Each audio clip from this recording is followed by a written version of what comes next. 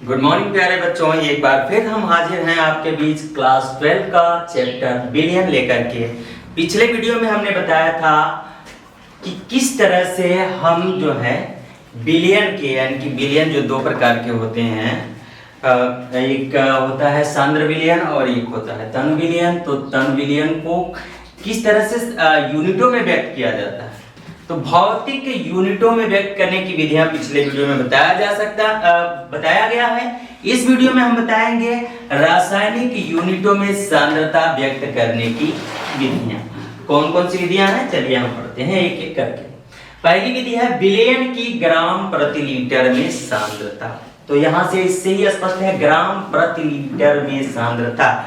इसका मतलब होता है बिलियन की एक लीटर में विलेय के ग्रामों की संख्या, यानी कि अगर एक लीटर का विलयन है तो उसमें विलेय की कितनी मात्रा, कितने ग्राम घुले हुए हैं, इसी को हम कहते हैं ग्राम प्रति लीटर में सांद्रता।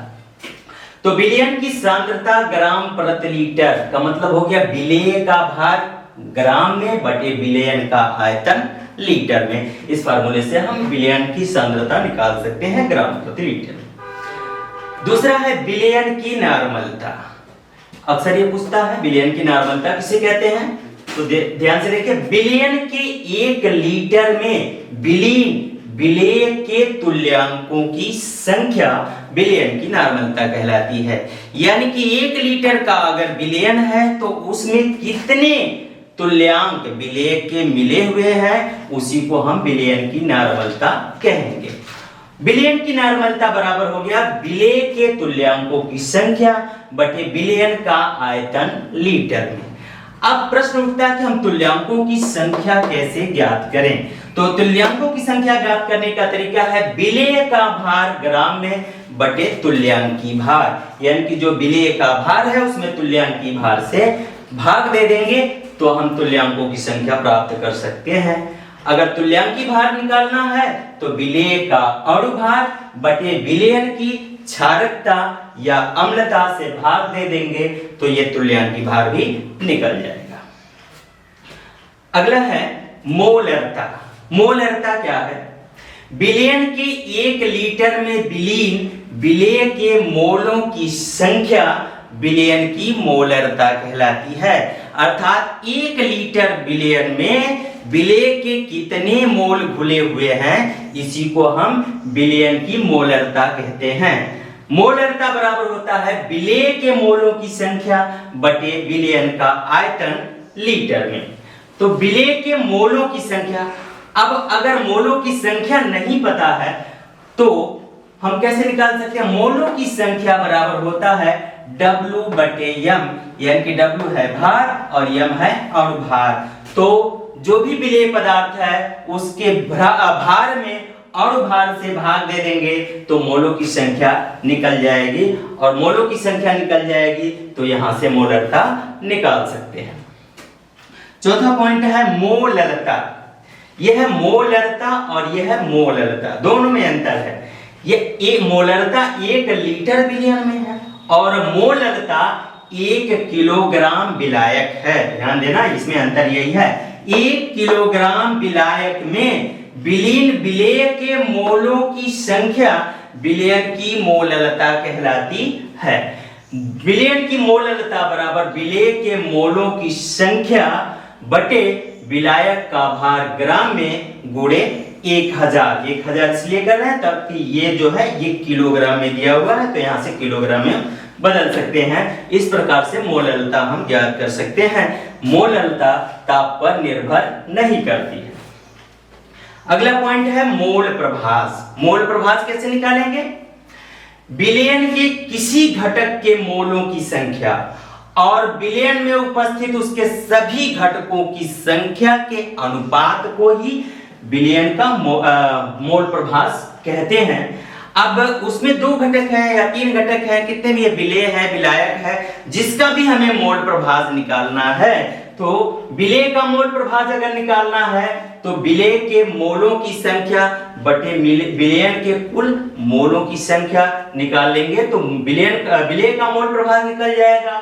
और इसी प्रकार अगर हमें विलायक का मोल प्रभाज निकालना है तो विलायक के मोलों की संख्या बटे विलयन के कुल मोलों की संख्या से भाग देंगे तो विलायक का मोल प्रभाज निकल जाएगा। अब एक बार इसको स्क्रीनशॉट ले लीजिए, फिर हम कुछ सवालों को हल करते हैं, फिर देखते। प्यारे बच्चों, तो हम एक सवाल लेते हैं। 4 ग्राम NaOH को जल में घोलकर विलयन का कुल आयतन 250 ml कर दिया गया है, तो विलयन की नार्मलता ज्ञात कीजिए। अब नार्मलता का एक सवाल है, नार्मलता ज्ञात करने के लिए तो सबसे पहले हम देखते हैं कि नार्मलता का सूत्र क्या है, नार्मलता कैसे निकालते हैं। तो नार्मलता की परिभाषा के अनुसार होता है कि 1 लीटर विलयन में विलीन विलेय के तुल्यांकों की संख्या विलयन की नार्मलता कहलाती है, यानी कि तुल्यांकों की संख्या बटे विलयन का आयतन लीटर में। अब तुल्यांकों की संख्या निकालना है तो उसके लिए विलेय का भार बटे विलेय का तुल्यांकी भार होता है। तो यहाँ पर NaOH का भार बटे NaOH का तुल्यांकी भार और बटे विलयन का आयतन लीटर में लेंगे। तो इसके लिए दिया हुआ है NaOH का भार दिया है 4 ग्राम, जैसा कि यहाँ लिखा है, यानी कि NaOH 4 ग्राम है तो 4 ग्राम ये हो गया।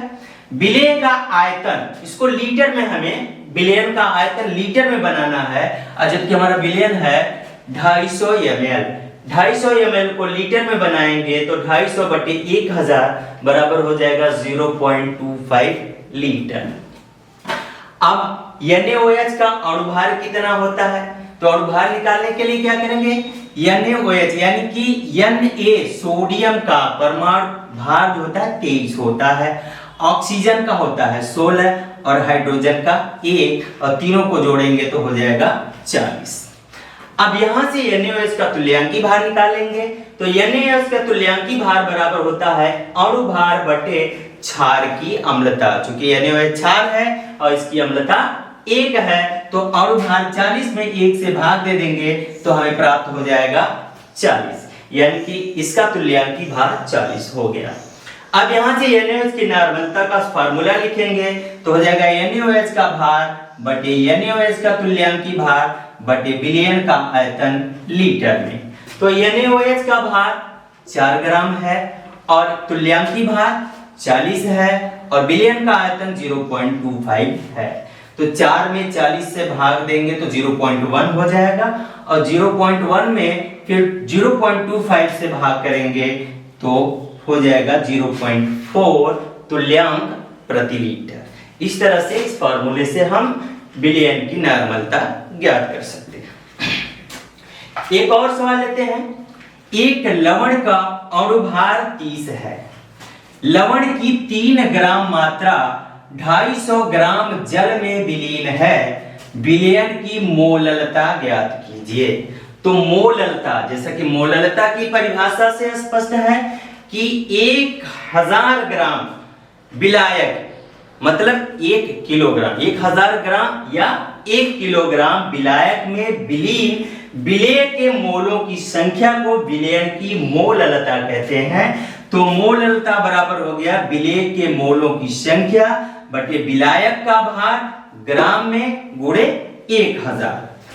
तो मोलों की संख्या हम निकाल लेते हैं। पहले यहां दिया है विलेय का जो भार है वो 3 ग्राम है, इसका अणु भार जो है 30 है, तो यहाँ W बटे M हो जाएगा 3 बटे 30, 3 में 30 से भाग देंगे तो हो जाएगा 0.1 मोल। तो मोलों की संख्या प्राप्त हो गई। अब इन मोलों की संख्या अब इस सूत्र में हम रख देंगे मोलरता के। विलेय के मोलों की संख्या 0.1 हो गई, विलायक का भार 250 ग्राम है, इसको किलो में कन्वर्ट करेंगे तो गुणे 1000 से गुणा कर देंगे। 250 को 1000 से काटेंगे तो 4 बार जाएगा और 4 का 0.1 में गुणा कर देंगे तो 0.4 मोल प्रति लीटर, ये हमारी मोललता प्राप्त हो जाएगी। इसका स्क्रीनशॉट लीजिए, फिर हम और सवाल बताते हैं। अब एक और सवाल लेते हैं। 20.6 ग्राम NaBr को 500 ml जल में घोला गया है, प्राप्त विलयन की मोलरता क्या होगी। अब इसमें मोलरता ज्ञात करना है और इसमें सोडियम का दिया हुआ है 23 और Br का 80। अब यहाँ से हम मोलरता निकालेंगे तो मोलरता का जो सूत्र है, मोलरता बराबर विलेय के मोलों की संख्या बटे विलयन का आयतन लीटर में। अब विलेय के मोलों की संख्या हमें ज्ञात करना है। कैसे ज्ञात करेंगे? तो NaBr के मोलों की संख्या बराबर NaBr का भार ग्राम में बटे NaBr का अणु भार। तो NaBr का भार दिया है 20.6, ये हो गया ग्राम में, इसका भार हो गया। और इसका अणु भार निकालेंगे तो परमाणु भार सोडियम का 23 और Br ब्रोमीन का जो है 80 दिया है। तो 23 और 80 जोड़ेंगे तो ये हो जाएगा 103। अब 20.6 में 103 से भाग देंगे तो हो जाएगा 0.2 मोल। अब इसके बाद हम विलयन का आयतन लीटर में ले लेते हैं। तो विलयन का आयतन चूंकि यहाँ दिया है ml में, 500 ml जल है, जल में घोला गया है, तो 500 ml को हम लीटर में बनाएंगे तो 1000 से डिवाइड करेंगे तो हो जाएगा 0.5 लीटर। अब यहाँ से मोलरता निकालेंगे तो मोलरता बराबर होता है विलेय के मोलों की संख्या बटे विलयन का आयतन लीटर में, यानी कि 0.2 ये हो गया मोलों की संख्या बटे 0.5 ये जो है आयतन है लीटर में। अब चूंकि दोनों पॉइंट में है तो यहाँ हम 10 से गुणा कर सकते हैं। 10 से गुणा करेंगे तो ये हो जाएगा 2 और ये हो जाएगा 5। 2 में 5 से भाग देंगे तो हो जाएगा 0.4 मोल प्रति लीटर। एक सवाल और है, 900 ग्राम जल में एसीटोन के 5.8 ग्राम घोले गए हैं, तो विलयन में जल तथा एसीटोन का मोल प्रभाज ज्ञात कीजिए। यहाँ दिया है एसीटोन का अणु भार 58 है और जल का अणु भार 18 है। अब यहाँ से मोल प्रभाज हम निकालेंगे। तो कैसे निकालेंगे? मोलों की संख्या पहले दोनों का हम अलग अलग निकाल लेते हैं। एसीटोन के मोलों की संख्या यानी कि एसीटोन W बटे, ये पहले जल के मोलों की संख्या हम लिखते हैं। जल के मोलों की संख्या कैपिटल N बराबर कैपिटल W बटे कैपिटल M। तो जल के मोलों की संख्या, जल का कुल भार दिया है 900 ग्राम, तो 900 ग्राम में अब जल का, चूंकि यहाँ पर जल का अणु भार दिया है 18, तो जल के अणु भार 18 से भाग देंगे 900 में तो हो जाएगा 50। इसी प्रकार एसीटोन के मोलों की संख्या निकालेंगे तो स्मॉल w बटे स्मॉल m होता है। अब यहाँ एसीटोन का कुल भार दिया है ग्राम में 5.8 ग्राम और इसका अणु भार 58 दिया हुआ है, तो 5.8 में 58 से भाग करेंगे तो हो जाएगा 0.1। अब यहाँ से हम जल के मोल का मोल प्रभाज का सूत्र लिखेंगे। जल का मोल प्रभाज बराबर n बटे small n plus capital N, ये मोलों की संख्या है। तो यहाँ जो है जल का मोल प्रभाज यानी कि जल के मोलों की संख्या 50 है और पूरा विलयन के मोलों की संख्या हो जाएगा 50 प्लस 0.1 यानी कि 50 बटे 50.1 हो जाएगा। तो 50 में 50.1 से भाग करेंगे तो हमारा प्राप्त हो जाएगा 0.998। और इसी प्रकार हम एसीटोन का मोल प्रभाज निकालेंगे। एसीटोन का मोल प्रभाज स्मॉल n बटे small n plus capital N, तो स्मॉल n आया है 0.1 और small n plus capital N का मान आ गया है 50.1। अब 0.1 में 50.1 से भाग करेंगे तो हो जाएगा 0.002। अब दोनों का मान मिलाकर के एक होता है, जैसा कि यहाँ देख रहे हैं 0.998 आया है और ये 0.002 आया है, दोनों को मिलाएंगे तो एक हो जाएगा। इस प्रकार से हम मोल प्रभाज निकाल सकते हैं और उम्मीद करते हैं कि इससे आपको अच्छी तरह से समझ में आ गया होगा। आगे का पोर्शन लेने के लिए हम अगले वीडियो में आएंगे, तब तक के लिए नमस्कार। चैनल को सब्सक्राइब करें। धन्यवाद।